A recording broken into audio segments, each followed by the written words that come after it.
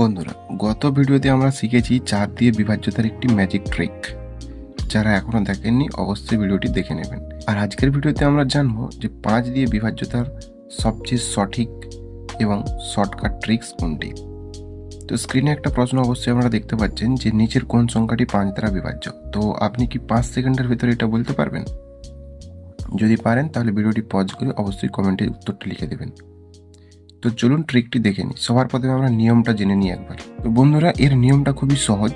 সংখ্যার সাইজ যতই বড় হোক আমাদের দেখতে হবে শুধু শেষের সংখ্যাটি অর্থাৎ ইউনিট ডিজিটটি 5 অথবা 0 আছে কিনা।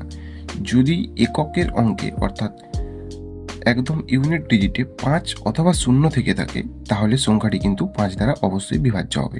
তো চলুন আমরা একে একে চেক করে নিই অপশনগুলো। যেমনটা আমরা দেখতে পাচ্ছি প্রথম অপশনের ক্ষেত্রে যে এর যে ইউনিট ডিজিট রয়েছে সেটা হলো 3, যেটা কিনা 5 অথবা 0-এর মধ্যে আসে না, তাই পুরো সংখ্যাটি অবশ্যই 5 দ্বারা বিভাজ্য হবে না। ভাবে তারপরের যে সংখ্যাটি রয়েছে তার কিন্তু ইউনিট ডিজিট 0, সুতরাং সংখ্যাটি অবশ্যই 5 দ্বারা বিভাজ্য। আবার তার পরের সংখ্যারও ইউনিট ডিজিট কিন্তু অবশ্যই 5, যেটি কিনা 5 দ্বারা বিভাজ্য। অর্থাৎ এখানে বি এবং সি দুটো সংখ্যাই 5 দ্বারা বিভাজ্য, তাই আমাদের সঠিক উত্তর হয়ে যাবে অপশন ডি।